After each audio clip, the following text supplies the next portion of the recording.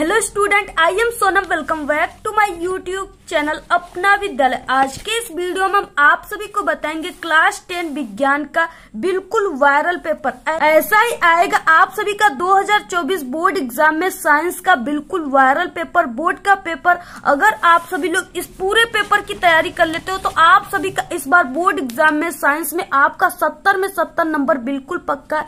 ये मेरी 100% गारंटी है। यहाँ पे हम आप सभी को इस पूरे पेपर के उत्तर के साथ बताएंगे। इसमें जितने भी क्वेश्चन है, ठीक है, सभी ऑब्जेक्टिव क्वेश्चन का भी हम आप सभी को पूरा का पूरा हल करके यहाँ पे आंसर बताएंगे।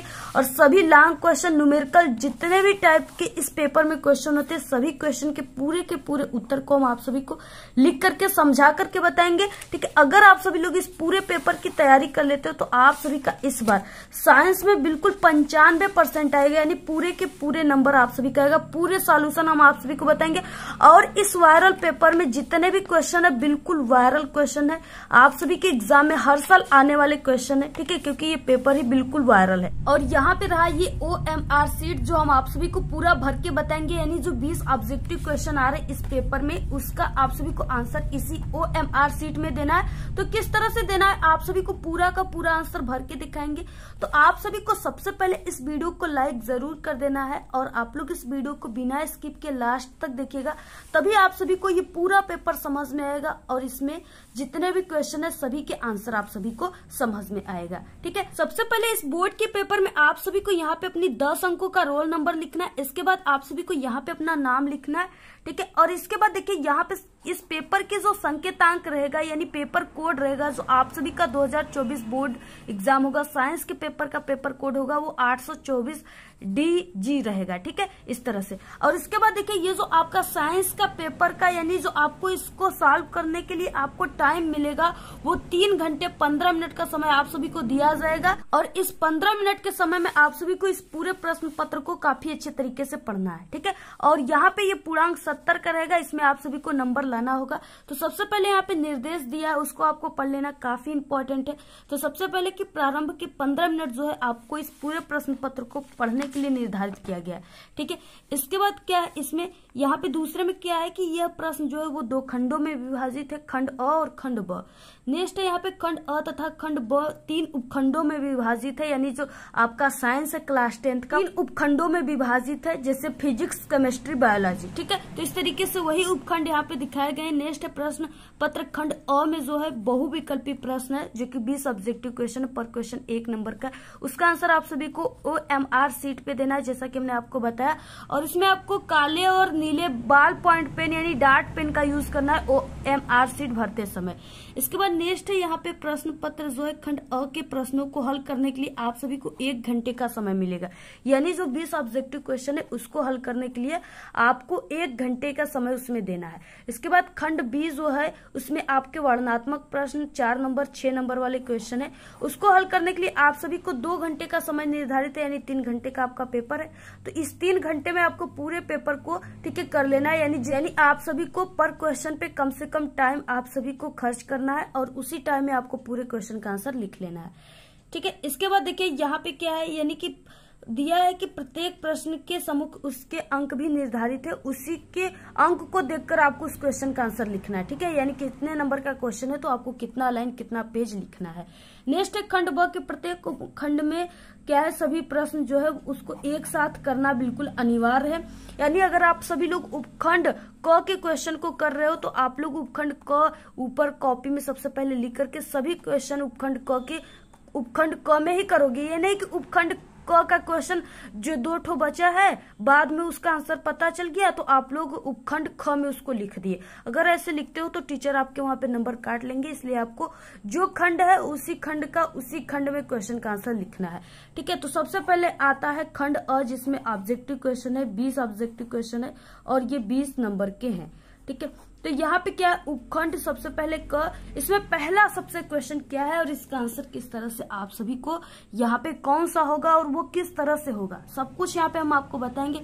सबसे पहला क्वेश्चन है समतल दर्पण की फोकस दूरी होती है। ठीक है, तो आप सभी को यहाँ पे 4 ऑप्शन है, तो सबसे पहले हम आपको ऑप्शन नहीं बताएंगे। सबसे पहले हाँ, समतल दर्पण की फोकस दूरी क्या होती है और किस प्रकार होती है, सबसे पहले आप लोग ये जानो। तो यहाँ पे देखिए जैसे इस तरह से हमने एक लाइन खींचा, ठीक है, और यहाँ पे इसको हमने कलई कर दिया। अब ये जो लाइन है ये बनकर तैयार हो गया समतल दर्पण। क्या बनकर तैयार हो गया? समतल दर्पण। ठीक है, तो यहाँ पे हम लिख देते हैं समतल दर्पण। तो समतल दर्पण है, इसको सभी लोग जानते हैं क्योंकि इसका यूज डेली करते हैं, सभी लोग अपने लाइफ में इसका यूज डेली करते हैं। ठीक है, ये है जो आपके घरों में शीशा होता है जिसमें आप सभी लोग अपना सुबह सुबह, ठीक है, अपना सौंदर्य निखारते हो। आप लोग उसमें अपना फेस को देखते हो। जो भी आप लोग उस दर्पण में स्कूल जाते टाइम या किसी फंक्शन में जाते टाइम आप लोग उसमें अपना सौंदर्य बनाते हो, क्रीम पाउडर वगैरह लगाते हो उसी में देखकर। ठीक है, उसी शीशा को यहाँ पे हमने, यहाँ वही शीशा ये है समतल दर्पण। और यहाँ पे देखिए इस शीशे में हमने इस तरह से क्या किया है, यहाँ पे इसमें कलई की है। ठीक है, कलई इसमें करेंगे तभी आप सभी लोग जो शीशा होता है उसमें अपना फेस देख पाओगे। अगर इसको हम कलई नहीं करेंगे तो शीशा में अपना फेस आप लोग नहीं देख पाओगे, बल्कि शीशे के उस पार जो चीजें है उसको देख पाओगे। ठीक है, तो इसलिए उसमें यहाँ पे कलई करना काफी जरूरी होता है। तो यहाँ पे ये समतल दर्पण, इसमें हमने इस तरह से कलई कर दिया। ठीक है, और ये समतल दर्पण जो है इसको आप लोग जितना भी बढ़ाते जाओगे ये इतना ही बड़ा ये दर्पण बनता जाएगा। ठीक है, अब जितना बढ़ाते जाओगे उतना बड़ा ये दर्पण बनता जाएगा। यानी इसका जो वक्रता केंद्र है ये क्या है? बिल्कुल अनंत है। यानी इसकी वक्रता, आप लोग इस शीशे को जितना बड़ा करते जाओगे, किसी के घर में इतना बड़ा शीशा है, किसी घर में इतना बड़ा। ठीक है, तो इसलिए यानी कि इस शीशे को आप लोग जितना बड़ा करते जाओगे इसकी वक्रता केंद्र जो है, वक्रता त्रिज्या जो है वो उतना ही बढ़ती जाएगी। और जो वक्रता त्रिज्या होती है यानी जो फोकस दूरी होता है वो वक्रता त्रिज्या के आधी होती है। तो यानी कि इसकी फोकस दूरी भी क्या होती जाएगी? बढ़ता जाता जाएगा, यानी कि उसकी फोकस दूरी भी अनंत होती जाएगी।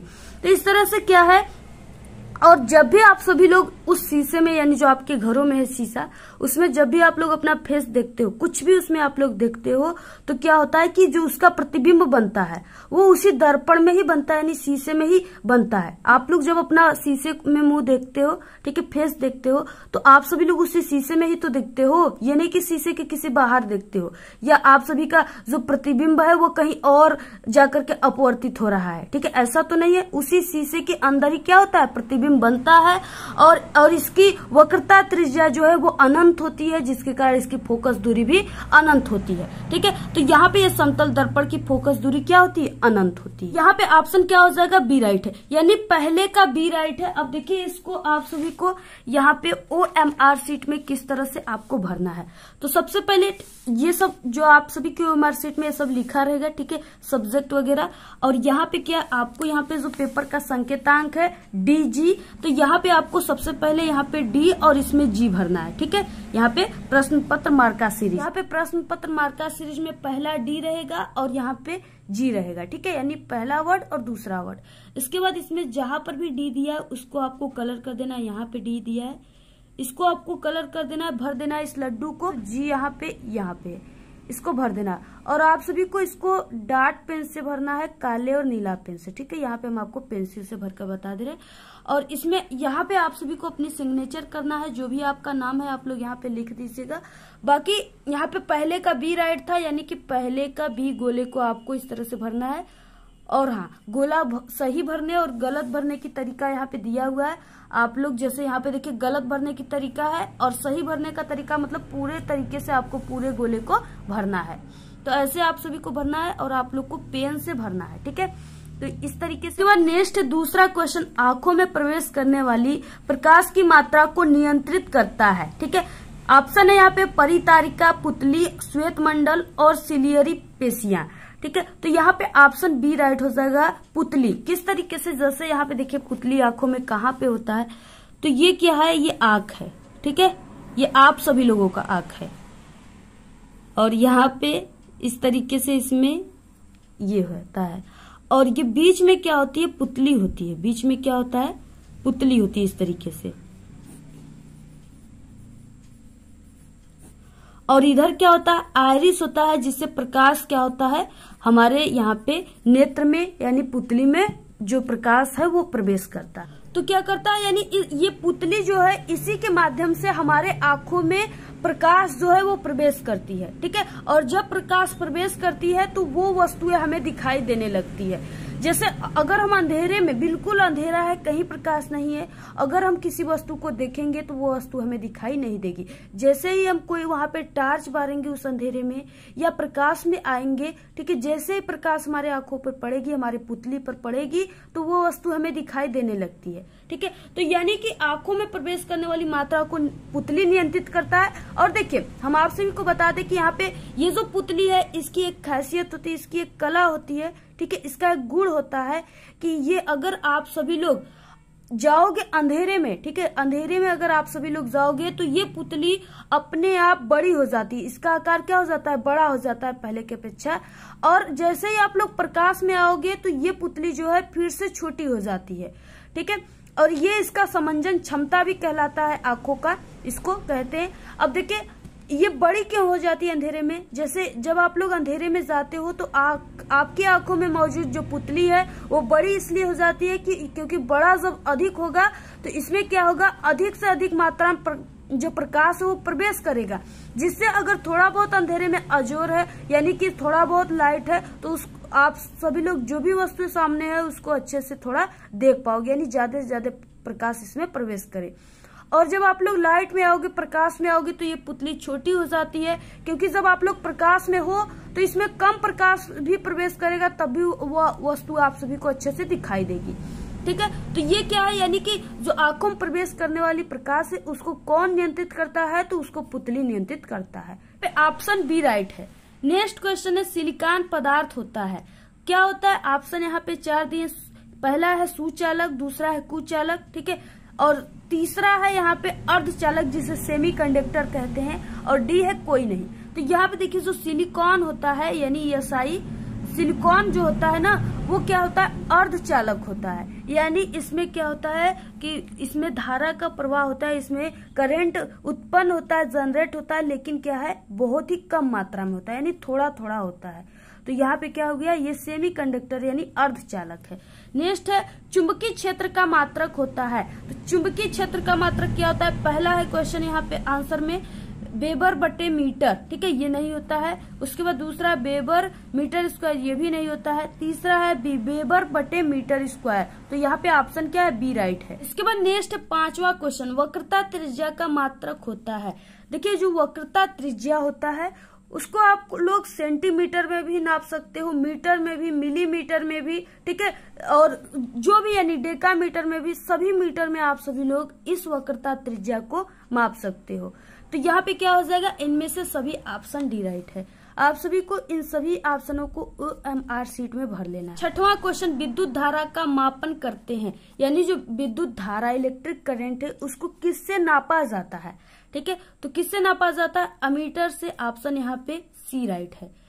नेक्स्ट क्वेश्चन है, इससे पहले हम आपको बता दें कि हमने क्लास 10 के सभी वायरल मॉडल पेपर की वीडियो बना चुका है। अगर आप लोग नहीं देखे हो तो चैनल पे हमने एक प्लेलिस्ट भी क्रिएट कर दिया है सभी वायरल पेपर के, तो वहां से आप लोग देख सकते हो। इस वीडियो के लास्ट में भी आपको उन सभी वीडियो के प्लेलिस्ट मिल जाएंगे, वहां से भी आप लोग आसानी से देख सकते हो। ठीक है, और यहाँ पे हम आप सभी को ऐसा साइंस के सभी इंपॉर्टेंट क्वेश्चन को सॉल्व करके बताएंगे, समझा कर बताएंगे कि आपके लिए ये जो साइंस है बिल्कुल हलवा हो जाएगा, यानी बिल्कुल सरल हो जाएगा। ठीक है, और आपको सभी क्वेश्चन बिल्कुल तैयार हो जाएगा, आपका पूरा 70 में 70 की तैयारी हो जाएगी। तो यहाँ पे देखिए, 7वां क्वेश्चन है कि एक गतिमान आवेश उत्पन्न करता है। जो गतिमान आवेश है यानी प्लस क्यू चार्ज और माइनस क्यू चार्ज, ये क्या उत्पन्न करता है? यहाँ पे ये चुंबकीय क्षेत्र और विद्युत क्षेत्र दोनों को उत्पन्न करता है। ऑप्शन यहाँ पे सी राइट है। इसके बाद आ गया उपखंड ख, यानी आप सभी के केमिस्ट्री से रिलेटेड यहाँ पे ऑब्जेक्टिव क्वेश्चन आ गए। ठीक है, पहला यहाँ पे 8वां क्वेश्चन है, यहाँ पे तप्त निकिल यानी Ni, ठीक है, तप्त निकिल के चूर्ण की उपस्थिति में एसिटिलीन यानी CH111CH, एसिटिलीन का ये सूत्र है। ठीक है, एसिटिलीन तथा हाइड्रोजन यानी H+ हाइड्रोजन की अभिक्रिया कहलाती है। ये कौन सी अभिक्रिया कहलाती है? तो यहाँ पे ये विस्थापन अभिक्रिया कहलाती है। ऑप्शन यहाँ पे ए राइट है। नेक्स्ट है, शुद्ध जल का pH मान है। तो देखिए, शुद्ध जल जो है यानी जल का जो pH मान होता है, जल एक उदासीन है और इसका pH मान 7 होता है। ठीक है, यानी यहाँ पे क्वेश्चन आ गया कि अम्लीय विलयन का pH मान कितना होता है। ठीक है, अम्लीय विलयन का जो है पीएच मान। तो यहाँ पे अम्लीय विलयन का जो पीएच मान होता है वो 7 से कम होता है, 7 से कम होता है। ठीक है, अगर यहाँ पे पूछ दिया जाए कि क्षारीय विलयन का पीएच मान कितना होता है तो वो 7 से क्या होता है, अधिक होता है। और यहाँ पे पूछ दिया जाए कि यहाँ पे उदासीन विलयन का मान कितना होता है, पीएच मान, या 7 जो है वो किस तरह का विलयन है, या जल का जो पीएच मान होता है वो कितना होता है, तो वो 7। ठीक है, जो अगर बिल्कुल 7 है तो वो क्या है, उदासीन है। उदासीन विलयन का पीएच मान जो होता है वो 7 होता है। ठीक है, तो आप लोग देखिए इस तीनों क्वेश्चन को तैयार रखिए, क्योंकि आपके पेपर में इस तरह से आ जाएगा अम्लीय विलयन का पीएच मान कितना होता है, उसमें 4 ऑप्शन दिया रहेगा। तो अगर आपको पता रहेगा कि हाँ 7 से कम होता है अम्लीय विलयन का पीएच मान, तो आपका तो ऑप्शन सही हो जाएगा, आपका 1 नंबर प्लस हो जाएगा। ठीक है, अगर आ जाएगा क्षारीय विलयन का पीएच मान कितना होता है, उसमें कई ऑप्शन दिए रहेंगे, जिसमें से ऑप्शन होगा कि 7 से अधिक जो विलयन होता है उस यानी कि क्षारीय विलयन का मान होता है।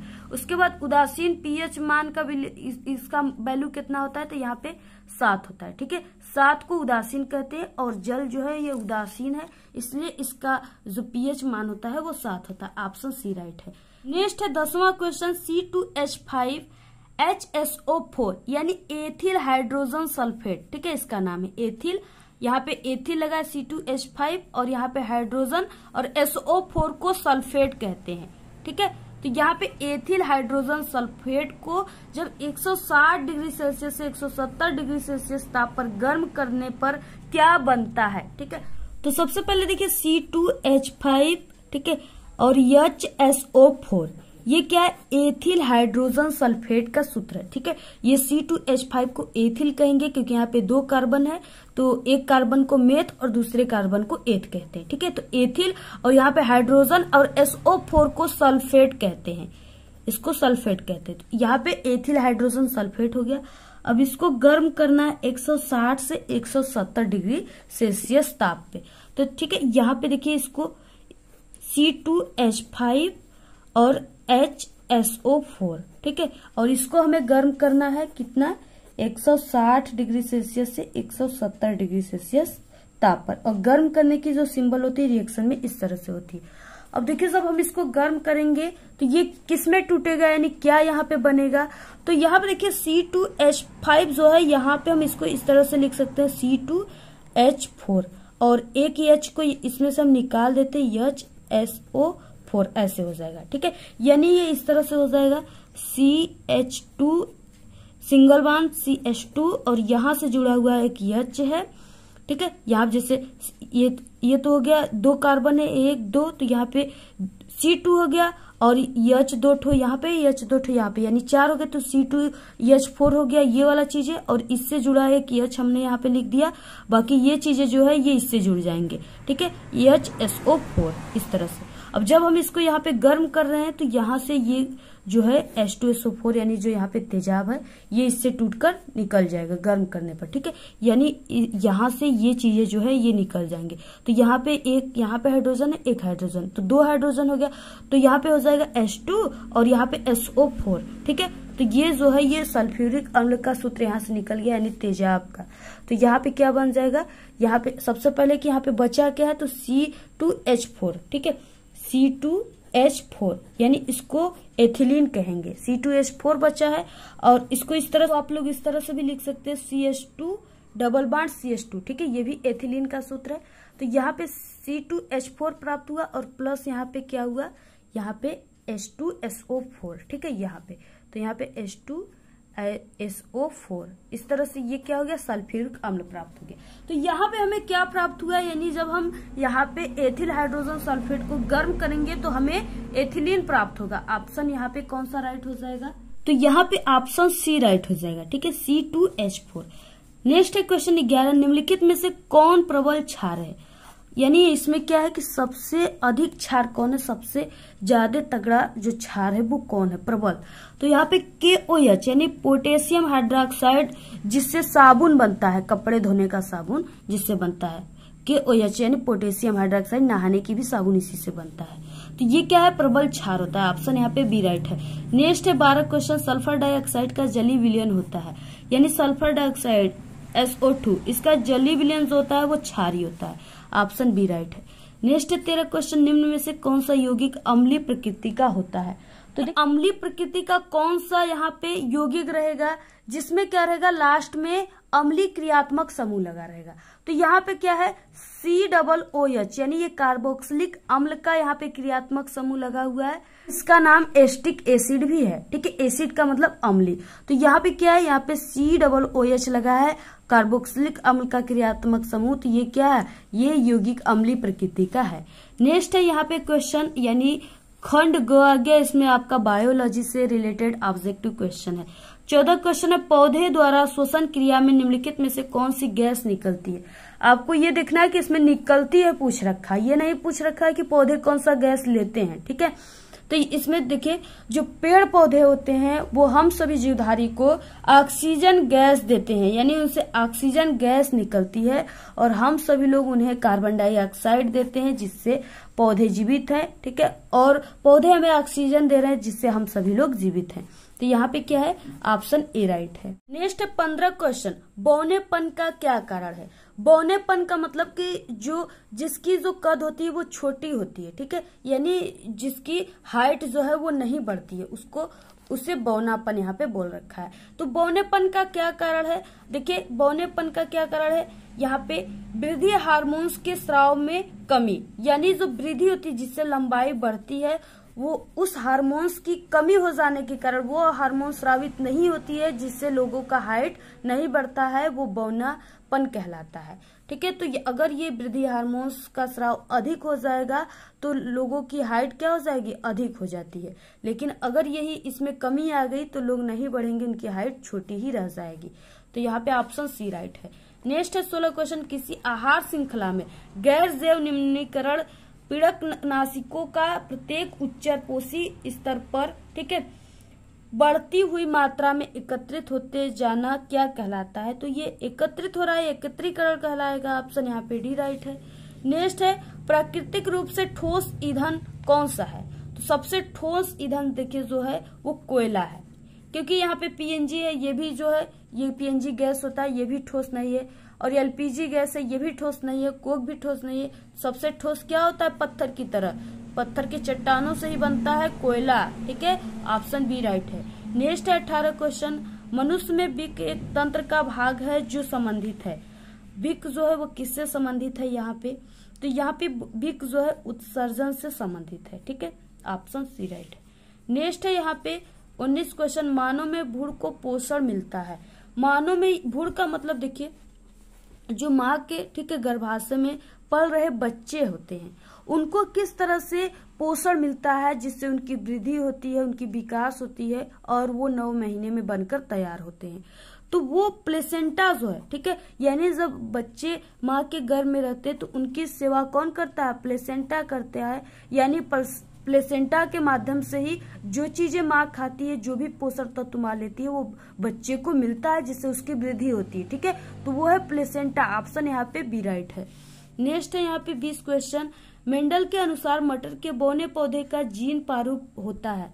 तो यहाँ पे बौने पौधे जो है उनका जीन प्रारूप जो होता है वो स्मॉल टीटी होता है। ऑप्शन यहाँ पे सी राइट है। तरह से ये रहे 20 ऑब्जेक्टिव क्वेश्चन जो कि 20 मार्क्स के आप सभी के एग्जाम में आएंगे। और जितने भी ऑब्जेक्टिव क्वेश्चन थे सभी बिल्कुल वायरल थे, क्योंकि ये पेपर ही बिल्कुल वायरल है, तो आप लोग इसको बिल्कुल तैयार कर लीजिएगा। इसके बाद नेक्स्ट आता है खंड ब, जिसमें वर्णनात्मक प्रश्न है और इसमें 4 और 6 नंबर वाले क्वेश्चन है, ठीक है।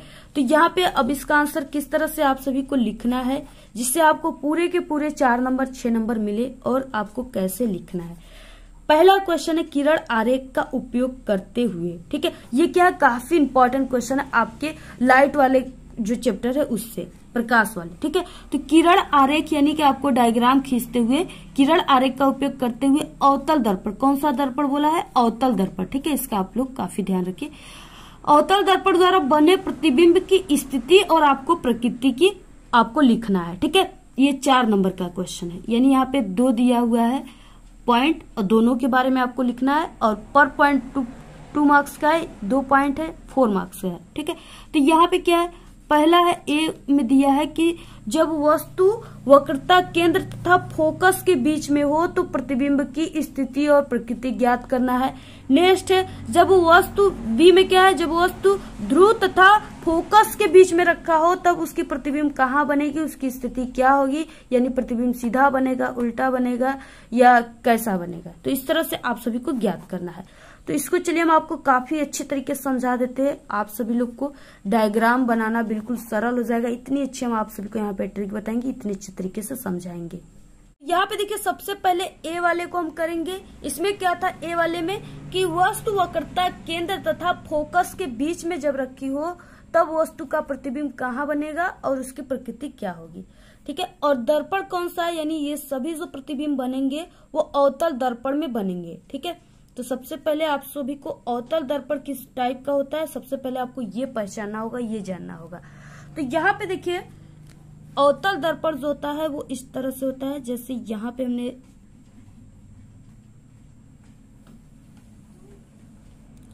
ये क्या है, ये गोली दर्पण का कटा हुआ भाग है। ठीक है, अभी ये कोई दर्पण नहीं बना हुआ है। जब हम इस तरह से कलई कर देंगे तब ये क्या हो गया, ये दर्पण बनकर तैयार हो गया। और ये दर्पण कौन सा है, अवतल दर्पण है। कौन सा है, अवतल दर्पण है। यानी यहाँ पे किनारों पे पतला और बीच में क्या है, मोटा है। ठीक है, इसका ये अवतल दर्पण की पहचान है। तो ये अवतल दर्पण हो गया।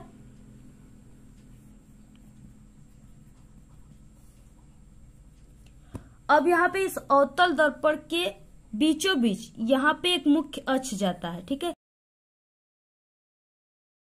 तो ये हो गया मुख्य अक्ष, ये मुख्य अक्ष हो गया। और इसके बाद देखिए यहाँ पे क्या है, यहाँ पे इसका यहाँ पे फोकस है। ठीक है, यहाँ पे इस दर्पण की फोकस दूरी है।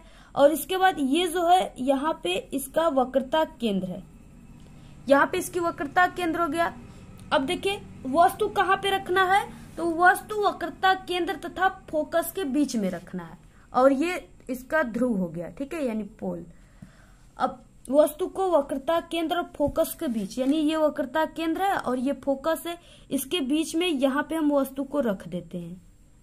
यहाँ पे हमने एक वस्तु को इस तरह से सीधा रखा और ये इस वस्तु को हमने ए और बी नाम दिया, यानी ये वस्तु ए बी है। ठीक है, ए बी एक वस्तु को हमने इस तरह से रख दिया। अब इस वस्तु के ऊपरी सिरे पर हमें 2 प्रकाश की किरणें डालना है। ठीक है, और जब भी प्रकाश की किरण डालेंगे तो वस्तु के ऊपरी सिरे से ही डालेंगे। तो यहाँ पे हमने एक प्रकाश की किरण इस तरह से दर्पण पे डाला, वस्तु के ऊपरी सिरे से ले जाकर। ठीक है, और यहाँ पे आपको ये एरो लगाते जाना है। यहाँ पे ये एरो क्या है, ये प्रकाश की यानी किरण की दिशा को शो कर रहा है। ठीक है, अब जब हमने यहाँ पे किरण को यहाँ पे डाला दर्पण पे, तो ये दर्पण से टकराने के बाद ये कहाँ से होकर गई, ये दर्पण से टकराने के बाद मुख्य फोकस से होकर चली गई। ठीक है, इस तरीके से ये मुख्य फोकस है इस बिंदु पर, तो यहाँ पे ये मुख्य फोकस से होकर चली गई इस तरह से। अब इसके बाद हमने एक किरण और डाला यहाँ पे, और इसके बाद यहाँ से हमने एक किरण फिर से इस वक्रता केंद्र से, ठीक है, यहाँ पे वक्रता केंद्र है, इस वक्रता केंद्र से इस वस्तु के ऊपरी सिरे से यहाँ पे दर्पण पर डाला। ठीक है, इस तरीके से यहाँ पे दर्पण पे इस तरीके से हमने एक किरण को डाला। तो जब ये दर्पण पे किरण जाती है तो ये दर्पण से पुनः टकराकर, क्योंकि ये वक्रता केंद्र से किरण हमने डाला है, तो ये स्थिति में जब यानी कि वस्तु जो है वक्रता केंद्र और फोकस के बीच में रखी जाती है, तो जो वक्रता केंद्र से एक किरण डाली जाती है दर्पण पे, ठीक है, वो क्या होता है कि दर्पण से टकराने के बाद फिर से वो अपने मार्ग में वापस आ जाता है। ठीक है, तो ये किरण यहाँ पे जा रही है, दर्पण से टकराने के बाद ये फिर से अपने मार्ग में लौट जा रही है, वापस हो जा रही है। तो यहाँ पे ये जाने की यहाँ पे निशान है और इधर ये आने की किरण की निशान है। तो इस तरीके से ये दोनों किरण जो है एक दूसरे को यहाँ पे काटते हैं, यानी जहां पर काटेंगे उसी जगह वस्तु का प्रतिबिंब बनेगा। ठीक है, तो ये दोनों किरणें को जो कटान बिंदु है यहाँ पे है, यानी यहाँ पे ही वस्तु का प्रतिबिंब बनेगा। और ये जो प्रतिबिंब बनेगा ये उल्टा बनेगा, यानी यहाँ पे हमने सीधा प्रतिबिंब रखा है लेकिन यहाँ पे ये उल्टा प्रतिबिंब बनेगा, यानी ये ए बी था तो यहाँ पे ये बी और ए बन जाएगा। ठीक है, उल्टा प्रतिबिंब बना।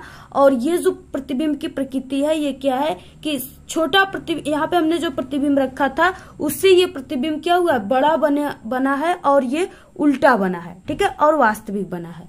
तो ये है इसका यहाँ पे प्रकृति। यही आप सभी को यहाँ पे लिखना है, प्रतिबिंब की प्रकृति हेडिंग डालकर आपको लिखना है कि इस अवस्था में वस्तु का प्रतिबिंब वास्तविक बनेगा, क्योंकि ये बिल्कुल वास्तविक है, आभासी नहीं है। जैसा ये प्रतिबिंब उसी तरह है, वास्तविक है। लेकिन ये क्या है, यहाँ पे ये सीधा है और ये उल्टा बन गया। ठीक है, बी और ए बी बन गया उल्टा। और वस्तु से, यानी ये जो वस्तु है इसके कंपेयर में ये जो यहाँ पे वस्तु बन रहा है, ये प्रतिबिंब बन रहा है, ये क्या हो रहा है, ये बड़ा बन रहा है। ठीक है, तो इस तरीके से यहाँ पे क्या हो जाएगा, आपको पूरा ऐसे ही लिख देना है और इस तरीके से आपको ऐसे ही पूरा डायग्राम बनाना है जैसे यहाँ पे हमने आपको बनाकर बताया है। इसके बाद देखिए दूसरा, यानी बी में क्या था, वस्तु को कहाँ पे रखा गया है, तो जब वस्तु को ध्रुव और फोकस के बीच में रखा गया है तब प्रतिबिंब कहाँ पे बनेगा।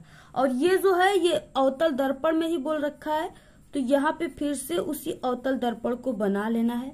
अवतल दर्पण किस तरह से बनेगा, तो यहाँ पे ये जो है ये अवतल दर्पण है। ठीक है, इस तरीके से, तो इस तरीके से क्या हो गया, अवतल दर्पण हो गया। इसको जब हम ऐसे कलर करेंगे तब ये कोई दर्पण बनेगा। ठीक है, तब ये अवतल दर्पण बनेगा। और ऐसे अगर कलई नहीं करेंगे तो ये दर्पण, कोई भी दर्पण नहीं बनेगा, सिर्फ गोली दर्पण का कटा हुआ भाग रहेगा। तो इस तरह से हमने इसको कलई कर दिया और इसके बीचों बीच से यहाँ पे क्या होता है, मुख्य अक्ष जाता है। ठीक है, तो ये मुख्य अक्ष हो गया, जो हमने आपको ऊपर बताया कि ये मुख्य अक्ष है। उसके बाद देखिए यहाँ पे क्या है, जो वस्तु है वो कहाँ पे रखा गया है। सबसे पहले यहाँ पे ये क्या है, ये ध्रुव है। ठीक है, ये ध्रुव है जिसको पोल कहते हैं। और इसी ध्रुव और यहाँ पे क्या है, फोकस दूरी है। ठीक है, इसको फोकस दूरी कहते हैं। इसी ध्रुव और फोकस के बीच में वस्तु को रखना है। तो यहाँ पे सपोज हमने इस तरीके से यहाँ पे क्या किया, एक वस्तु को रख दिया ऐसे। ठीक है, एक वस्तु को यहाँ पे ए और बी, हमने एक वस्तु को ऐसे रख दिया। अब देखिए सबसे पहले हम इस वस्तु से यहाँ पे इसके ऊपरी सिरे से एक प्रकाश की किरण यहाँ पे डालते हैं। ठीक है, तो जब हमने एक ऐसे प्रकाश की किरण को डाला तो ये जो प्रकाश की किरण है दर्पण से टकराने के बाद ये मुख्य फोकस से होकर के चली जाती है। ठीक है, यानी ऐसे जाएगी, ये मुख्य फोकस बिंदु है, यहां से होकर ऐसे चली जाती है। इसके बाद क्या है, अब एक किरण हम और यहाँ पे डालेंगे जो कि वक्रता केंद्र से रहेगा। ठीक है, और इसी वस्तु पे डालेंगे, तो वक्रता केंद्र यहाँ पे है। अब इस वक्रता केंद्र से एक किरण हम इस वस्तु के ऊपरी सिरे पर ऐसे डालते हैं। ठीक है, जैसे यहाँ पे इस तरीके से, यहाँ पे हमने एक किरण इस तरह से डाला हुआ है। वक्रता केंद्र से होकर जाने वाली जो किरण है ये दर्पण से टकराने के बाद फिर से अपने मार्ग में इस तरह से वापिस हो गई। ठीक है, यहाँ पे जैसे इस तरीके से क्या हो गई, वापिस हो गई। और यहाँ पे देखिए क्या है, ये जो किरण है दोनों ये आपस में इधर कहीं पर भी नहीं मिलेंगे। ठीक है, ये क्या करेंगे, कहीं पर भी नहीं मिलेंगे, बिल्कुल अनंत हो जाएगा, लेकिन ये नहीं मिलेंगे। और जब हम इस किरण को इस तरह से आगे, इस दोनों किरणों को जब हम यहाँ पे आगे बढ़ाते हैं ऐसे, इस तरीके से दोनों को हम जब आगे बढ़ाएंगे, ठीक है,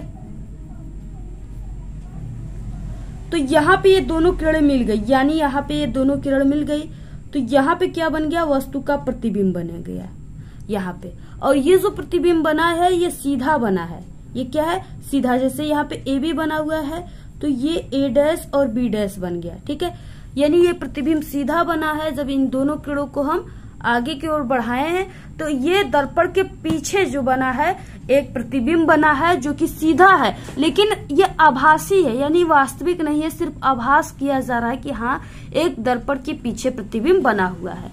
ठीक है, और ये देखिए अब इसकी प्रकृति क्या हो जाएगी प्रतिबिंब की, कि ये अवतल दर्पण के पीछे बना हुआ है।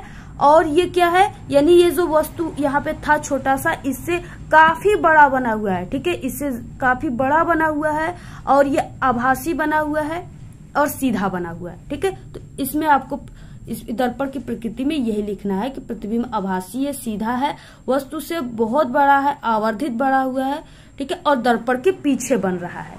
तो ये है दो कंडीशन जिसमें यहाँ पे, और यही है एक, ठीक है, स्थिति जिसमें अवतल दर्पण में जो वस्तु का प्रतिबिंब बनता है वो दर्पण के पीछे बनता है। ये काफी इंपॉर्टेंट है, बहुत ही इंपॉर्टेंट है। आपके एग्जाम में दर्पण से यानी 2 क्वेश्चन जरूर आते हैं, 4 और 6 नंबर वाले क्वेश्चन, और ऐसे ही क्वेश्चन आते हैं डायग्राम वाले। तो आप सभी को इसी तरीके से क्या करना है, इसी तरीके से आपको डायग्राम खींचकर पूरा ऐसे ही बनाना है, ठीक है। तो आई होप कि ये वाला क्वेश्चन आपको समझ में आया होगा, और ये सब डायग्राम वगैरह।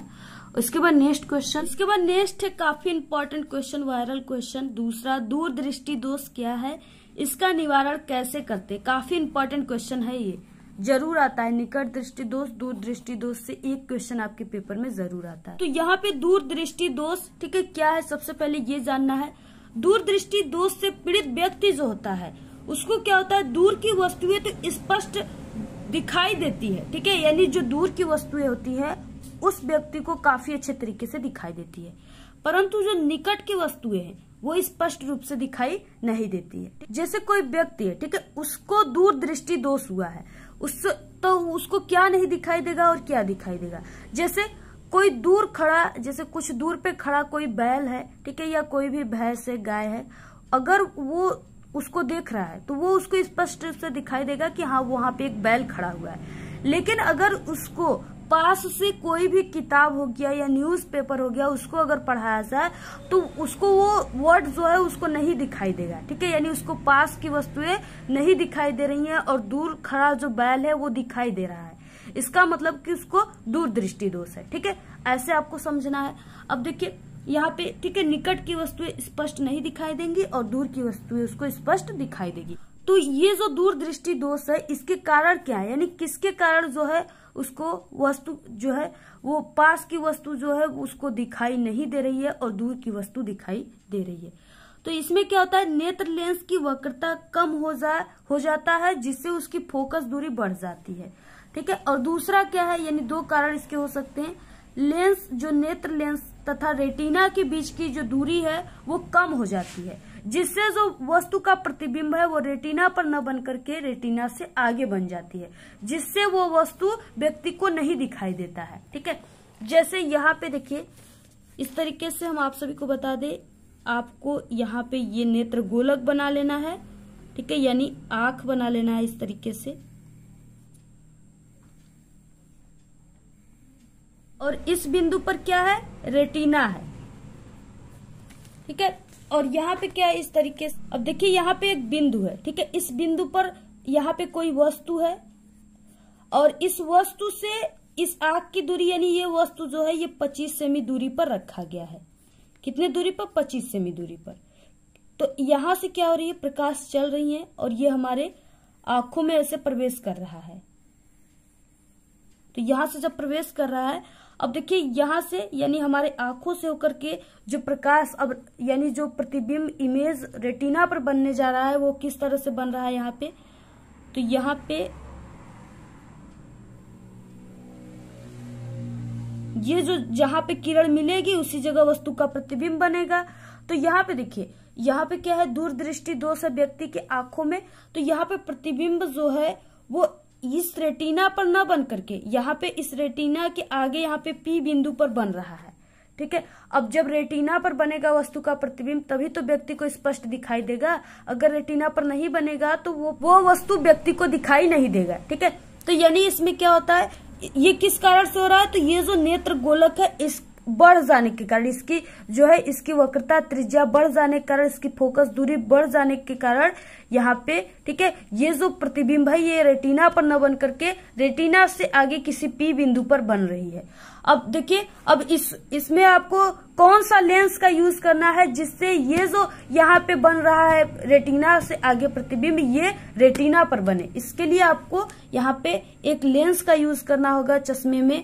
तो अब देखिए किस तरीके से कौन सा लेंस यूज करेंगे जिससे प्रतिबिंब रेटिना पर ही बनेगा। यानी अब दूरदृष्टि दोष का निवारण का कारण क्या है, यानी इसके निवारण के लिए कैसा लेंस का यूज करना है। तो यहाँ पे इस दोष के निवारण के लिए ऐसे अभिसारी, ठीक है, अभिसारी यानी कि जो प्रकाश को मोड़ने का कार्य करता है उसे अभिसारी लेंस कहते हैं, और मोड़ने का कार्य कौन करता है? उत्तल लेंस करता है। तो यहाँ पे उत्तल लेंस की आवश्यकता होगी जो 25 सेमी दूर बिंदु पर कोई वस्तु O पर रखी वस्तु से आने वाली किरणों को इतना अभिसरित करता है, इतना मोड़ता है कि जिससे उसकी प्रतिबिंब I यानी रेटिना पर बन जाता है। ठीक है, अब देखिए यहाँ पे किस तरीके से बनेगा। यहाँ पे ये नेत्र है और यहाँ पे ये नेत्र गोलक हो गया। ठीक है, और यहाँ पे क्या हो गया? रेटिना हो गया। अब यहाँ पे हम कौन सा लेंस लगाएंगे? उत्तल लेंस लगाएंगे। ठीक है, ये क्या होता है? किनारों पर पतला और बीच में मोटा होता है। तो ये उत्तल लेंस हो गया। यहाँ पे हमने एक उत्तल लेंस का यूज कर दिया। अब यहाँ पे यानी यहाँ पे एक वस्तु O रखा हुआ है। ठीक है, और ये दूरी कितना है? 25 सेमी है। 25 सेमी दूरी पर कोई वस्तु O रखा हुआ है। अब इससे जो चलने वाली प्रकाश की किरणें है, यहाँ पे चल रहा है प्रकाश की किरण इसमें। तो जब ये प्रकाश की किरण इस पे पड़ता है, ठीक है, अब इस किरणों को ये क्या कर रहा है? मोड़ने का कार्य कर रहा है। तो यहाँ पे जब इसको मोड़ रहा है तो इस किरणों को ऐसे जब यहाँ पे इसको प्रतीत होगा, आंखों को ये किरणें प्रतीत होंगी। तो यहाँ पे जब इसको हम ऐसे पीछे की ओर यानी प्रतीत हो रहा है तो यहाँ पे इसको पीछे की ओर बढ़ाएंगे यानी ऐसे आई पे। ठीक है, अब देखिए क्या है इस तरीके से। अब ये जो किरणें हैं ये आई से होकर आ रही हैं। ठीक है, ये आई से होकर आंखों पर आती हुई प्रतीत हो रही है, क्योंकि ये जो उत्तल लेंस लगा हुआ है ये इस किरणों को मोड़ने का कार्य कर दिया, मोड़ रहा है। तब जब ये किरणें मुड़ गई तो ये जब इस तरीके से आंखों में प्रवेश कर रही हैं ऐसे, ठीक है, तो इसका जो प्रतिबिंब बन रहा है वो रेटिना पर ही बन रहा है। ऐसे इसका प्रतिबिंब कहाँ पे बन रहा है? रेटिना पर बन रहा है। तो यहाँ पे इसकी इमेज आई बन गया। ठीक है, यानी तो यहाँ पे जो यहाँ पे उत्तल लेंस लगा है ये प्रकाश को मोड़ रही है, जिसके कारण यहाँ पे जो आंखों पे आने वाला किरण है ये इस तरीके से यानी यहाँ से आई से आता हुआ प्रतीत हो रहा है। ठीक है, जिससे इसमें क्या हो गया? यहाँ पे दूरी बढ़ गई वस्तु की, तो ये जो यहाँ पे प्रतिबिंब है वो रेटिना पर ही बन गया। ठीक है, तो यहाँ पे इस तरीके से ये रेटिना पर प्रतिबिंब बन गया। आपको इसी तरीके से ऐसे ही आप सभी को डायग्राम भी बनाना है अगर ये वाला क्वेश्चन आपके पेपर में आ गया तो। नेक्स्ट क्वेश्चन तीसरा, इसमें क्या है कि विद्युत शक्ति से क्या तात्पर्य है? ठीक है, 200 वाट का एक हीटर 250 वोल्ट के मेंस से यानी तार से जुड़ा है। गणना कीजिए। पहला क्या है? हीटर में प्रवाहित धारा I का मान आपको ज्ञात करना है। हीटर के तार का प्रतिरोध R का मान आप सभी को ज्ञात करना है, और 10 घंटे में जो व्यय हुआ विद्युत ऊर्जा है उसका मान आप सभी को ज्ञात करना है। 3 क्वेश्चन है इसमें। तो सबसे पहले कि विद्युत शक्ति से क्या तात्पर्य है ये जानेंगे, उसके बाद इस न्यूमेरिकल को कैसे हल करना ये बताएंगे। तो यहाँ पे देखिए विद्युत शक्ति किसे कहते हैं? किसी विद्युत परिपथ में एकांक समय में यानी किसी विद्युत परिपथ में एकांक समयांतराल में जो व्यय विद्युत ऊर्जा होता है उसी को विद्युत सामर्थ्य या शक्ति कहते हैं। ठीक है, तो यहाँ पे क्या हो जाएगा? उसी को कहते हैं। इसे P से प्रदर्शित करते हैं तथा इसका मात्रक जो होता है वो जूल बटे सेकेंड होता है, अथवा इसको वाट भी कहते हैं। तो ये हो गया विद्युत शक्ति। और इसके बाद इसमें एक सवाल दिया है।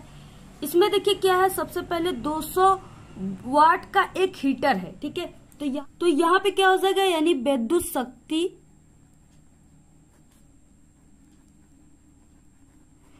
शक्ति को P से शो करते, P बराबर हो जाएगा W बटे के T। ठीक है, यहाँ पे W का जो मात्रक होता है जूल होता है, और यहाँ पे ठीक है समय का जो होता है वो सेकंड होता है। तो यहाँ पे क्या हो जाएगा? जूल बटे सेकंड इसका मात्रक हो जाएगा। ठीक है, अब देखिए यहाँ पे क्या है कि विद्युत शक्ति यानी प्रश्नानुसार जो विद्युत शक्ति है क्या क्या दिया हुआ है? सबसे पहले विद्युत शक्ति का मान दिया हुआ है। जो विद्युत शक्ति है यानी कि जो यहाँ पे वाट है, P का मान P बराबर 200 दिया हुआ है। P बराबर कितना दिया? तो इसमें प्रवाहित विभवांतर है यानी वोल्ट का मान जो है, विभवांतर का मान जो है वो कितना दिया है? V बराबर 250 वोल्ट। ठीक है, 250 वोल्ट दिया हुआ है। और सबसे पहला यानी पहले में पूछ रखा है यहाँ पे हीटर में प्रवाहित धारा। हीटर में सबसे पहले प्रवाहित धारा को ही निकालना है। तो प्रवाहित धारा जो है, धारा इसके बराबर सूत्र हो जाएगा I बराबर, यहाँ पे हीटर में प्रवाहित धारा I बराबर सूत्र क्या हो जाएगा, P बटे के V। ठीक है, यानी I बराबर P बटे के V।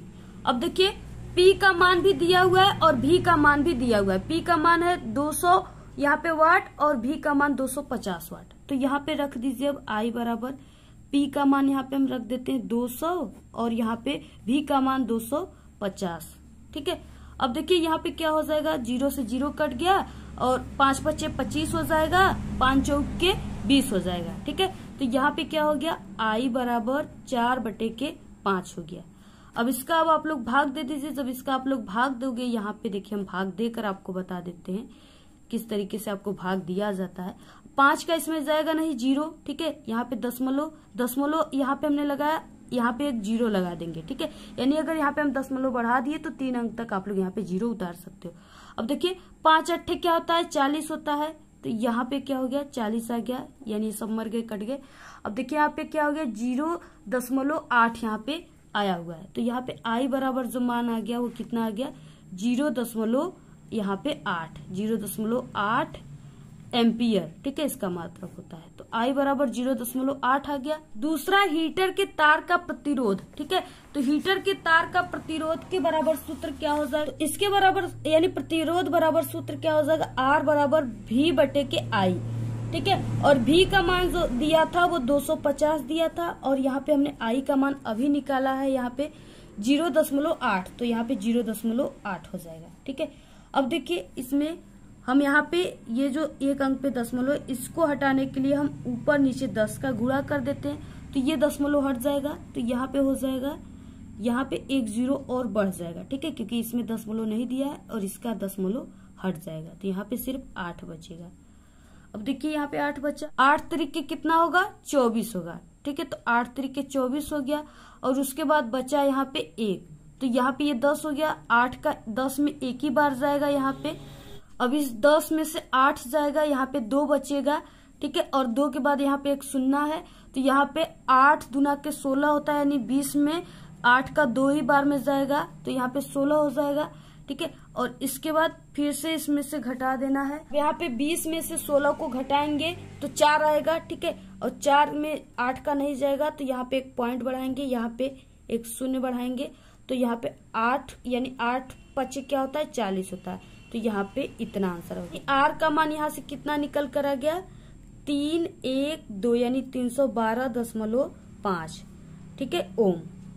तो इस तरीके से ये R का मान यहाँ पे निकल कर आ गया। आपको इसी तरीके से यहाँ पे भाग देकर देख लेना है। ठीक है, और यहाँ पे तीसरे में अब क्या है कि 10 घंटे में जो व्यय विद्युत ऊर्जा है उसको अब आपको निकालना है। 10 घंटे में व्यय जो विद्युत ऊर्जा है, इसके बराबर सूत्र जो होता है वो क्या हो जाएगा, वाट। ठीक है, वाट इंटू घंटे और बटे 1000, ये इसका सूत्र होता है। ठीक है, और यहाँ पे किलोवाट घंटा। अब देखिए यहाँ पे क्या है, वाट दिया था, वाट कितना क्वेश्चन में हमारे दिया था, वाट 200 वाट दिया था। तो यहाँ पे 200 हो जाएगा और घंटा जो है वो कितना दिया है, 10 घंटा, यानी 10 घंटा यहाँ पे दिया हुआ है। तो 10 घंटे हो जाएंगे बटे यहाँ पे 1000, तो सूत्र में ही है, तो 1000 हो जाएगा। अब देखिए यहाँ से ये शून्य लड्डू जो है कट गए पूरे लड्डू, बाकी यहाँ पे बचा क्या, 1 का इसमें करेंगे तो यानी यहाँ पे कितना निकल कर आ गया, यहाँ पे 2.0 यानी 2 किलोवाट घंटा। ठीक है, तो इस तरीके से क्या है, यानी कि इसे 10 घंटे में जो व्यय विद्युत ऊर्जा निकल कर यहाँ पे आया है, ठीक है, वो कितना यहाँ पे निकल कर आया है, यहाँ पे 2 किलोवाट घंटा निकल कर आया है। अच्छा, यहाँ पे चौथा क्वेश्चन, चुंबकीय बल रेखाओं से क्या तात्पर्य है, चुंबकीय बल रेखाओं के गुण लिखिए। ये 6 नंबर का क्वेश्चन है। ठीक है, तो यहाँ पे इसका आंसर क्या हो जाएगा, तो यहाँ पे देखिए किसी चुंबकीय क्षेत्र में, ठीक है, चुंबकीय बल रेखाएं वे काल्पनिक रेखाएं हैं, यानी जो चुंबकीय बल रेखाएं हैं वो सिर्फ कल्पना की जा सकती है, ठीक है, उसे हम देख नहीं सकते, इसलिए उसको काल्पनिक कहते हैं, ठीक है। तो किसी चुंबकीय क्षेत्र में चुंबकीय बल रेखाएं वे काल्पनिक रेखाएं हैं जो उस स्थान में चुंबकीय क्षेत्र की दिशा को प्रदर्शित करती है, ठीक है। अब यहाँ पे देखिए, जैसे इस तरह से हमने एक मैग्नेट लिया, ठीक है, यानी एक चुंबक लिया। अब यहाँ पे चुंबक में क्या होता है कि एक ध्रुव इसमें, ठीक है, साउथ होता है यानी कि दक्षिणी ध्रुव, और एक होता है नॉर्थ यानी उत्तरी, ठीक है, उत्तरी ध्रुव। तो इस तरह से हो गया। अब इसमें क्या होता है कि जो चुंबक होता है इसमें जो चुंबकीय बल रेखाएं निकलती हैं, क्या निकलती, चुंबकीय बल रेखाएं निकलती है, वो नॉर्थ से निकलती है, यानी इस तरह से नॉर्थ से क्या होती है, चुंबकीय बल रेखाएं निकलती है। इस तरह से ये नॉर्थ से निकलती है और इस यानी कि इस तरह से वक्र बनाती हुई निकलती है, इस तरह से वक्र बनाती हुई निकलती है। तो इसमें से देखिए क्या होता है कि जब चुंबक में से चुंबकीय बल रेखाएं निकलती है, ठीक है, तो वो नॉर्थ से निकलती है और इस तरह से वक्र बनाती हुई, ठीक है, इस तरह से वक्र बनाती हुई कहाँ पे आ जाती है, साउथ में प्रवेश कर जाती है, यानी कि इस तरह से नॉर्थ से निकल करके उत्तरी ध्रुव से निकल करके दक्षिणी ध्रुव में प्रवेश कर जाती है, ठीक है, इस तरह से। और ये वक्र बनाती हुई जाती है, यानी बंद वक्र पृष्ठ से होकर गुजरती है, ठीक है, इस तरह से। तो यही जो रेखाएं हैं इस तरह से, यानी कि यहाँ पे क्या है, काल्पनिक रेखाएं, और ये रेखाएं जो है वो किसको शो कर रही है, चुंबकीय क्षेत्र की दिशा को शो कर रही है, यानी चुंबकीय क्षेत्र का दिशा क्या होता है, नॉर्थ से निकल के साउथ की तरफ जाता है, ठीक है। तो यहाँ पे इसी तरह से क्या होती है कि चुंबकीय बल रेखाएं जाती हैं इस तरह से। इसमें क्या है, इसका क्या हो गया कि यानी कि यहाँ पे देखिए, यहाँ से चुंबक में से क्या हो रहा है, इसके उत्तरी ध्रुव से निकल करके रेखाएं बंद वक्र में जाती हुई यहाँ पे साउथ में क्या हो रही है, एंट्री कर रही है, प्रवेश कर रही है। ये तो है बाहरी, यानी चुंबक के बाहर का होता है, ठीक है। और यहाँ पे चुंबक के अंदर क्या प्रक्रिया चल रही है, तो अंदर क्या है कि यहाँ पे जो चुंबकीय बल रेखाएं इस तरह से आ रही है, तो यहाँ पे ये चुंबक के अंदर की जो बात है वो है कि चुंबक के अंदर में जो चुंबकीय बल रेखाओं की दिशा है वो साउथ से नॉर्थ की तरफ है, ठीक है, और जो बाहर की दिशा है वो नॉर्थ से साउथ की तरफ है। तो इस तरह से ये क्या है कि ये काल्पनिक रेखाएं हैं, ये मुझे दिखाई नहीं दे रही है, ये काल्पनिक रेखाएं हैं और ये रेखाएं चुंबकीय क्षेत्र की दिशा को प्रदर्शित कर रही हैं। अब यहाँ पे देखिए, इसको इस तरह से भी आप लोग समझ सकते हो कि इन रेखाओं के किसी बिंदु पर खींची गई स्पर्श रेखा उस बिंदु पर चुंबकीय क्षेत्र की दिशा को प्रदर्शित करती है। अब इसके बाद देखिए जो इम्पोर्टेंट है ये है कि इनके प्रमुख गुण क्या है, यानी चुंबकीय बल रेखाओं के प्रमुख गुण क्या होते हैं। ये आपके एग्जाम में हर साल आता है और ये क्वेश्चन जो है इनके प्रमुख गुण क्या है, यानी जो इनके गुण है चुंबकीय बल रेखाओं के, ये आपके बहुविकल्पी क्वेश्चन में सबसे ज्यादा पूछे जाते हैं, ठीक है। तो यहाँ पे देखिए, यानी चुंबकीय बल रेखाओं के गुण, इस तरह से आपको हेडिंग डाल देना है, ठीक है। और इसमें सबसे फर्स्ट क्या है, और ये चीजें तो आपको देखने में काफी कठिन लगती होगी और काफी बड़ा लगता होगा, लेकिन यहाँ पे जो जिस तरह से हम आपको समझाएंगे बताएंगे आपको बिल्कुल चुटकियों में ये याद हो जाएगा, ठीक है, तुरंत। तो यहाँ पे देखिए, पहले हम आपको यहाँ पे पढ़कर सुना देते हैं कि चुंबकीय बल रेखाएं सदैव चुंबकीय क्षेत्र के उत्तरी ध्रुव से निकलती है तथा वक्र बनाती हुई चुंबकीय के यानी कि चुंबक के दक्षिणी ध्रुव में प्रवेश करती है तथा चुंबक के भीतर से होती हुई पुनः उत्तरी ध्रुव पर वापस आ जाती है, ठीक है। ये चीजें वही है जो हमने यहाँ पे आपको बताया है।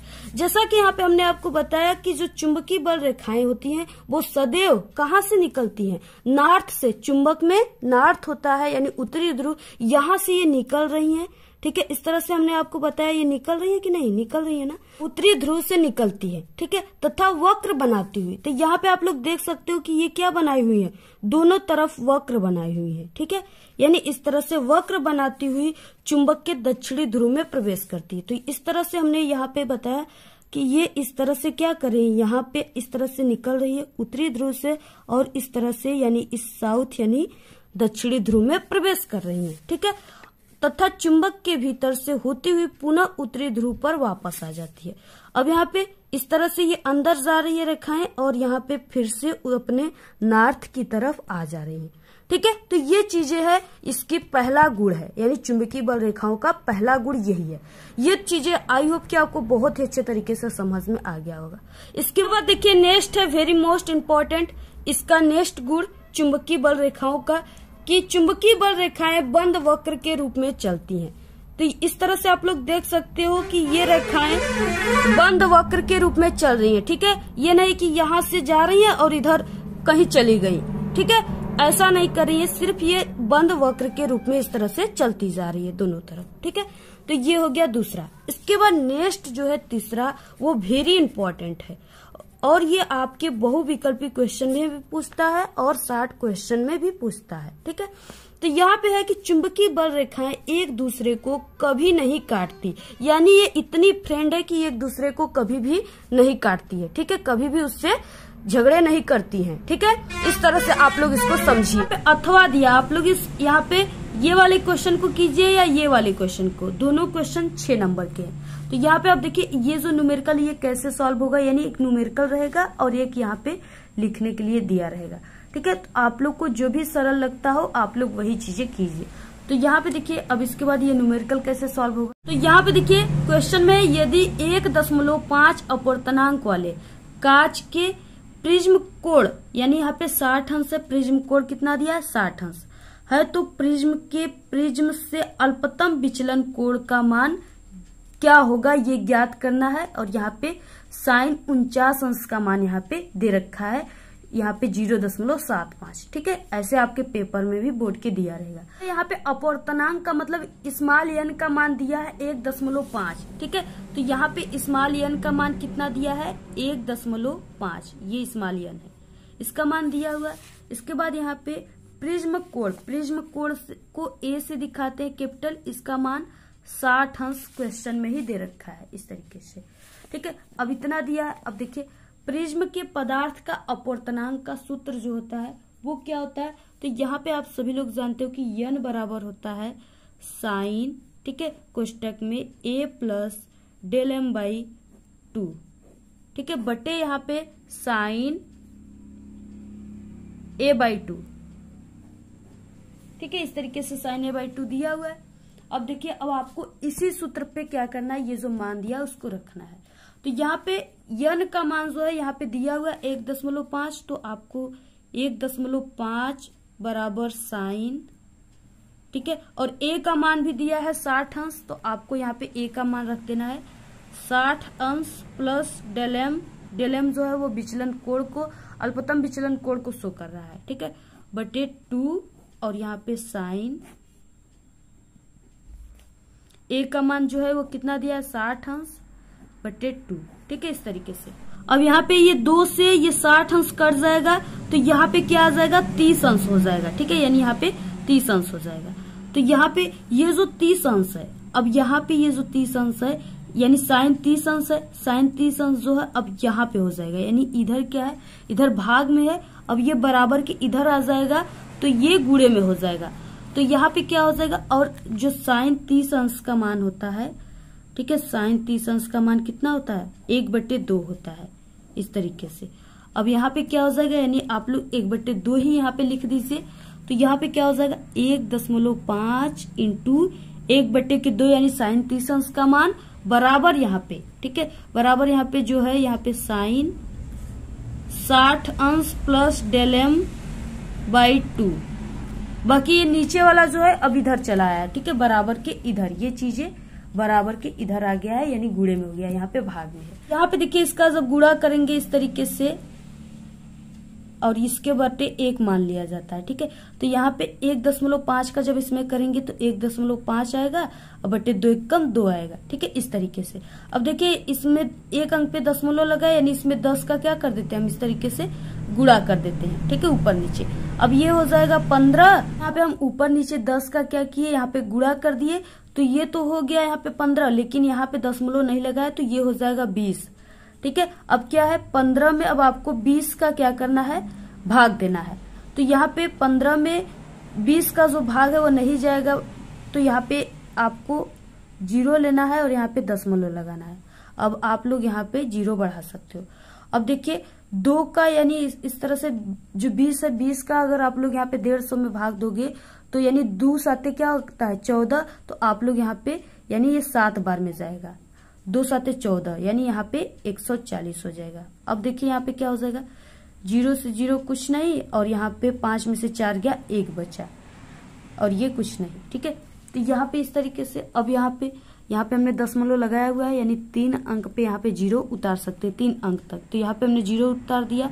अब देखिए 20 पंचे कितना होता है 100 होता है, तो यहाँ पे क्या हो गया, तो 20 पंचे 100 हो गया। ठीक है, तो इस तरीके से यहाँ पे क्या हो गया, ये जो आंसर आ गया हमारा 0.75 आ गया। ठीक है, तो यहाँ पे क्या हो जाएगा अब इतना के बाद, ठीक है, यहाँ पे 0.75 बराबर इस पूरे के बराबर। ठीक है, यहाँ पे हल करने के बाद 0.75 आया, इसके बराबर यहाँ पे क्या हो जाएगा साइन।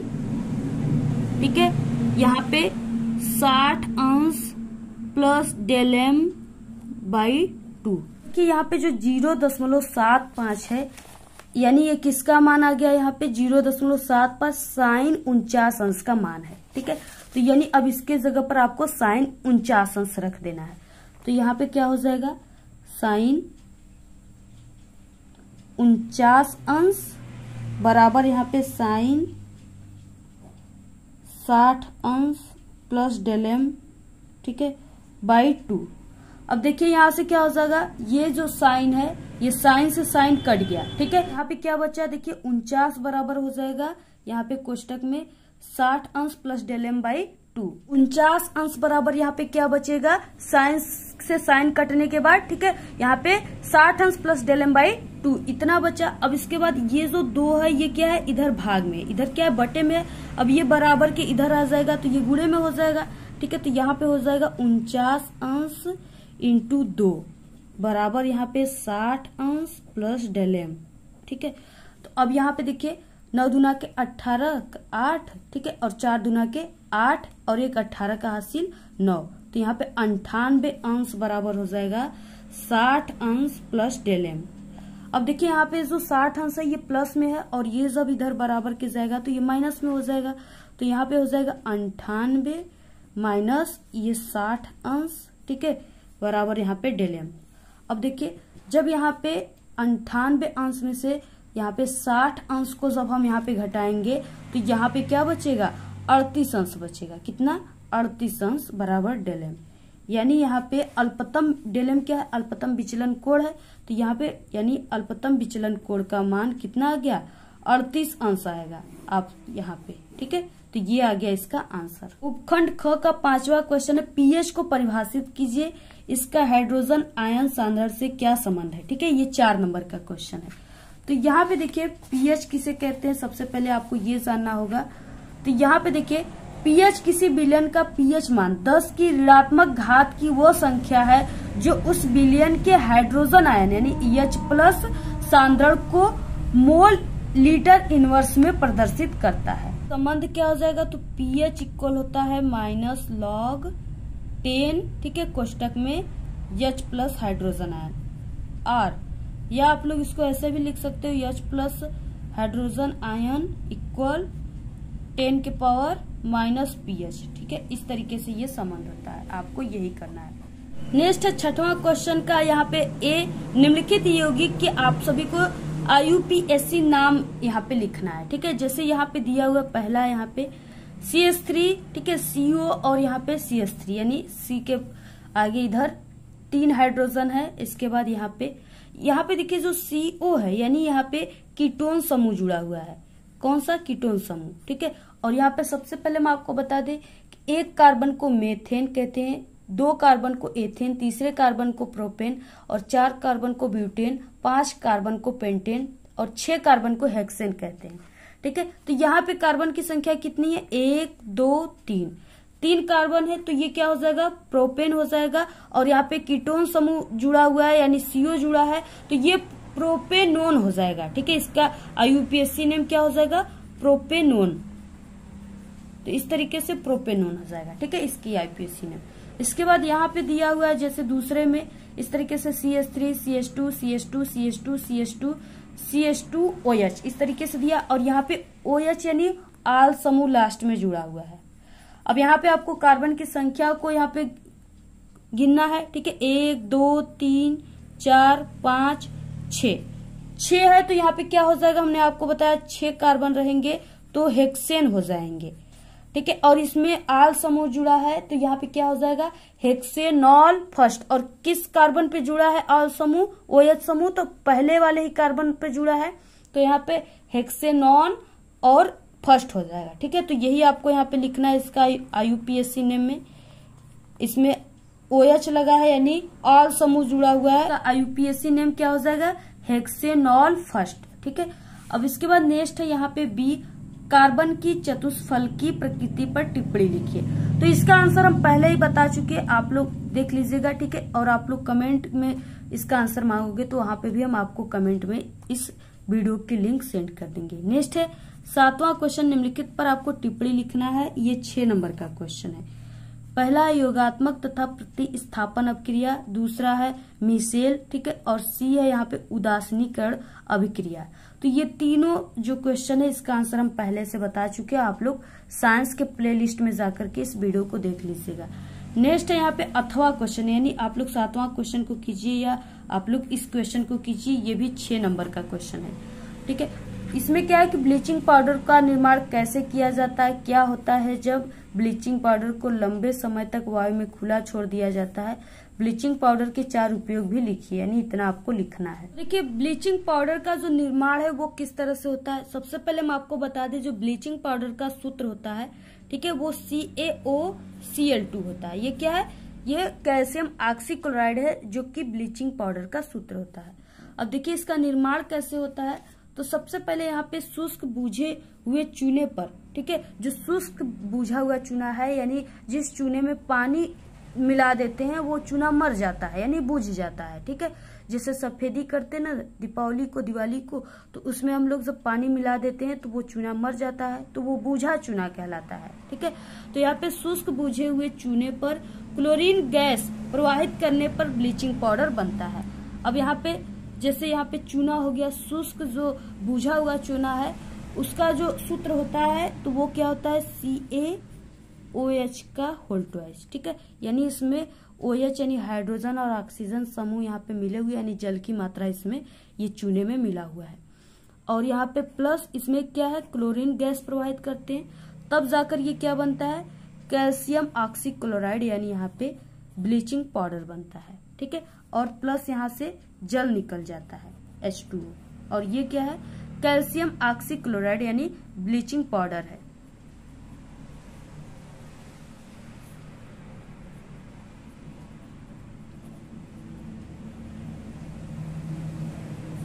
तो इस तरह से कैल्शियम ऑक्सीक्लोराइड जिसे ब्लीचिंग पाउडर कहते हैं, आप लोग यहाँ पे लिख लीजिएगा, ठीक है, ब्लीचिंग पाउडर।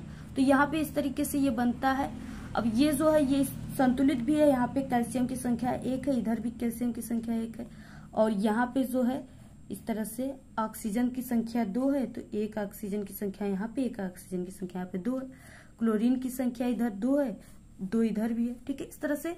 और हाइड्रोजन की संख्या यहाँ पे 2 है, 2 यहाँ पे, बैलेंस है सभी से। यहाँ पे हो गया ब्लीचिंग पाउडर का निर्माण विधि, ठीक है। इसके बाद क्या था कि ब्लीचिंग पाउडर को जब लंबे समय तक वायु में खुला छोड़ दिया जाता है तब ये रिएक्शन करके क्या बनाता है, तो जब यहाँ पे, ठीक है, ब्लीचिंग पाउडर को जब हम खुले हवा में छोड़ देते हैं तो ये कार्बन डाइऑक्साइड से क्रिया करके ये Cl2 गैस यानी क्लोरीन गैस बनाता है, ठीक है। तो यहाँ पे हो जाएगा CaOCl2, ये ब्लीचिंग पाउडर है, प्लस यहाँ पे CO2 यानी खुले वायु में छोड़ देने पर यहाँ पे कार्बन डाइऑक्साइड से रिएक्शन करके क्या बना लेता है, यहाँ पे CaOCO3 यानी कैल्शियम कार्बोनेट बनाता है, और प्लस यहाँ पे Cl2 गैस, ठीक है।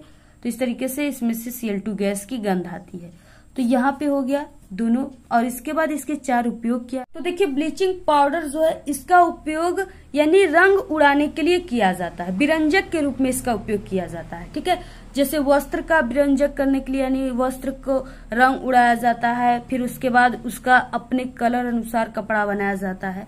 तो यहाँ पे इसका उपयोग कपड़ा उद्योग में यानी कपड़ा की कंपनी में, कॉटन यानी सूती जो वस्त्र है या लिनेन है के विरंजक के रूप में, यानी उसके रंग को उड़ाने में, उसको कलर करने में किया जाता है। नेक्स्ट है इसका उपयोग कागज उद्योग में कास्ट पल्प के विरंजक में भी किया जाता है। जो कागज होते हैं ना, कई कलर के कागज बनाने के लिए रंग उड़ाकर इसका उपयोग किया जाता है। नेक्स्ट इसका उपयोग लॉन्ड्री में कपड़ों के विरंजक में किया जाता है। नेक्स्ट इसका उपयोग एक कहाँ किया जाता है, जो पीने का जल होता है उसको यानी फिल्टर करने में किया जाता है, ठीक है, उसको जीवाणु रहित करने में किया जाता है। तो इसके 4 उपयोग हैं। आप लोग इस तरह से इसका स्क्रीनशॉट ले लीजिए, काफी इंपॉर्टेंट है। तो इस तरह से आप लोग इतना लिखोगे तब आपको 6 नंबर यहाँ पे मिलेंगे, ठीक है। जितना क्वेश्चन है सभी का आंसर लिखोगे तब आपको मिलेंगे, क्योंकि यहाँ पे देखिए स्टेप मार्किंग है 2+2+2, ठीक है, यानी 6 नंबर का। उपखंड ग आ गया। यहाँ पे 8वां क्वेश्चन है, यानी ये बायोलॉजी से क्वेश्चन है। आक्सीय तथा अनाक्सीय श्वसन में विभेद कीजिए। विभेद का मतलब आपको आक्सीय और अनाक्सीय श्वसन में अंतर लिखना है, ठीक है, 4 नंबर का है। तो ये हमने पहले से बता चुका है, आप लोग जाकर के प्लेलिस्ट में देख लीजिएगा। इसके बाद यहाँ पे 9 क्वेश्चन में कि निम्न में से किन्हीं 2 पर संक्षिप्त टिप्पणी आपको लिखना है। यहाँ पे खंडन, ठीक है, और यहाँ पे पुनरुद्भवन, मुकुलन। इसका भी आंसर आप लोग देख लीजिएगा। ये वीडियो काफी लंबी हो चुकी है, इसलिए इस वीडियो में हम आपको इसका आंसर नहीं बता पाएंगे, ठीक है। और हम भी काफी थक चुके हैं आप सभी को समझाते समझाते, और आप लोग हो कि वीडियो को लाइक भी नहीं करते हो और न ही अपने दोस्तों में शेयर करते हो, ठीक है। तो प्लीज आप लोग वीडियो को लाइक और सभी दोस्तों में जरूर शेयर कीजिए। इसके बाद नेक्स्ट है यहाँ पे 10वां का ए, प्रतिवर्ती क्रिया तथा टहलने में क्या अंतर है, इसको आपको समझाना है, ठीक है, 4 नंबर का क्वेश्चन है। नेक्स्ट है मस्तिष्क की प्रतिवर्ती क्रिया में क्या भूमिका है, ये भी क्या है, आप सभी को इसका आंसर लिखना है, 4 नंबर का ही क्वेश्चन है। नेक्स्ट है 11 मनुष्य के नर जनन तंत्र का वर्णन कीजिए। 6 नंबर का क्वेश्चन है। आपको यहाँ पे मनुष्य के नर जनन तंत्र का चित्र बनाना है, फिगर बनाना है, और उसके बाद उसके बारे में आपको लिखना है, ठीक है। और ये सब जो यहाँ पे मादा जनन तंत्र और नर जनन तंत्र है, ये काफी इंपॉर्टेंट है, ऐसा क्वेश्चन जरूर आएगा आपके एग्जाम में। इसके बाद नेक्स्ट है अथवा है, यानी आप लोग चित्र बनाइए, यहाँ पर क्वेश्चन है, इसको लिखिए। जीव निम्नीकरण तथा अजैव निम्नीकरण से क्या समझते हैं, इनके पर्यावरण पर प्रभाव को समझाइए, यानी इसका पर्यावरण पर क्या प्रभाव पड़ता है इसको समझाना है। ये 6 नंबर का क्वेश्चन है। तो आप लोग को दोनों में से किसी एक को ही करना है। तो ये रहे आप सभी के साइंस का बिल्कुल वायरल पेपर। अगर आप लोग इस पूरे पेपर की तैयारी कर लेते हो तो आपका 70 में 70 नंबर पक्का है, ठीक है। इससे पहले हमने साइंस के 3 वायरल मॉडल पेपर बना चुके हैं, तो आप लोग उस मॉडल पेपर को भी तैयार कीजिए। और इसके साथ साथ आप लोग प्रीवियस ईयर्स पेपर को 3 कम से कम प्रीवियस ईयर्स पेपर को सॉल्व कीजिए, और जितने हमारे चैनल पे इंपॉर्टेंट क्वेश्चन है साइंस के प्लेलिस्ट से तैयार कीजिए, और जितना अभी आएंगे उस क्वेश्चन को तैयार कीजिए, तब आपका जो है साइंस में 70 में 70 नंबर आएगा, ठीक है। ये नहीं कि आप लोग ये पेपर को सिर्फ तैयार कर लिया और आपका 70 में 70 नंबर आएगा। इसमें से ये है कि इसमें से यानी कि 100% में से इस पेपर में से आपका 60 से 70% क्वेश्चन इसी पेपर से आएंगे। बाकी जो क्वेश्चन है वो नेक्स्ट पेपर से आएंगे, जो हमने पहले से बता चुके हैं, और प्रीवियस ईयर्स पेपर से आते हैं, ठीक है। तो इस तरीके से आपको इस पेपर के साथ साथ, ये नहीं कि सिर्फ इस पेपर को ही तैयार करना है, इस पेपर के साथ साथ आप सभी को और भी इम्पोर्टेंट क्वेश्चन को जो हमारे चैनल पे डेली आता है उसको तैयार करना है, तब आपका साइंस में 70 में 70 नंबर आएगा, ठीक है। तो आप सभी लोग इस वीडियो को ज्यादा से ज्यादा अपने सभी दोस्तों में शेयर कीजिए, और अगर आपको इस पेपर की पूरी PDF चाहिए तो आप लोग हमारे टेलीग्राम चैनल को ज्वाइन कीजिए, उसका लिंक आपको इस वीडियो के डिस्क्रिप्शन में मिल जाएगा। और ऐसे ही हमने क्लास 10th के सभी वायरल पेपर की वीडियो बनाया हुआ है, आप लोग, ठीक है, प्लेलिस्ट से जाकर के या इस वीडियो के लास्ट में भी आप सभी को वो वीडियो दिखाई देंगे। और पास होने की भी ट्रिक हमारे चैनल पे क्लास 10th के सभी विषय में है, तो आप लोग वो भी ट्रिक की वीडियो इसी वीडियो के लास्ट में आपको दिखाई देंगी, उसी पर क्लिक करके आप लोग देख लीजिएगा। आज के इस वीडियो में सिर्फ इतना ही। आपको ये वीडियो कैसा लगा? अगर वीडियो पसंद आए तो एक बड़ा सा लाइक कर दे, चैनल पे नए तो सब्सक्राइब करके बेल आइकन को जरूर प्रेस कर दें, और इस वीडियो को प्लीज आप लोग अपने सभी दोस्तों में शेयर कीजिए, और कमेंट करना बिल्कुल मत भूलिए। Thanks, all the very best, bye bye.